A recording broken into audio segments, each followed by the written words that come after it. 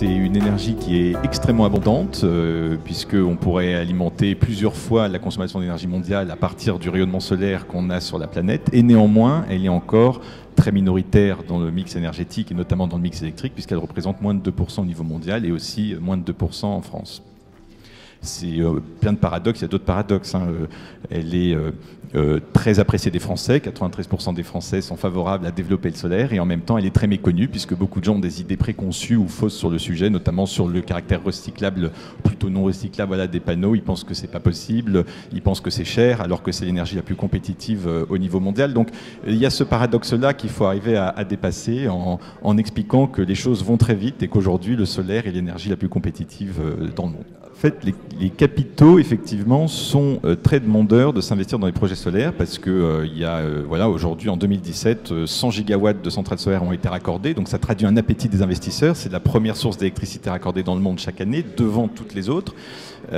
Pourquoi est-ce que néanmoins on ne peut pas en faire plus? C'est pas un manque d'appétit, c'est plutôt un problème de blocage dans les projets eux-mêmes. Les investisseurs manquent de projets dans lesquels investir parce que les projets sont trop longs à développer, le cadre réglementaire est souvent trop complexe, il faudrait le simplifier massivement. Les investisseurs manquent de visibilité, ils veulent bien investir dans des projets, mais ils ont peur que dans 2, 3, 4 ans, un changement politique fasse que l'économie du projet soit modifiée. Or, c'est des investissements très lourds, donc il y a besoin de visibilité, il y a besoin de simplification pour permettre de faire encore plus de projets qui trouveront sans difficulté des capitaux pour investir dedans.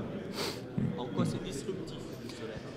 C'est effectivement une énergie disruptive. On parle souvent de transition énergétique. Il serait plus exact de parler de révolution technologique.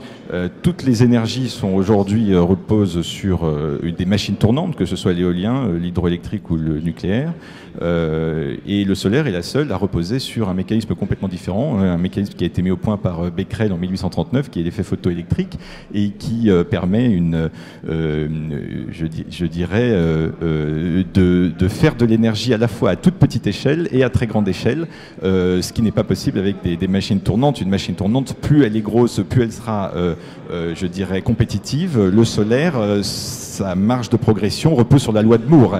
Elle double tous les 2 ans, grosso modo, c'est ce qui explique en fait les progrès extraordinaires qui ont été accomplis.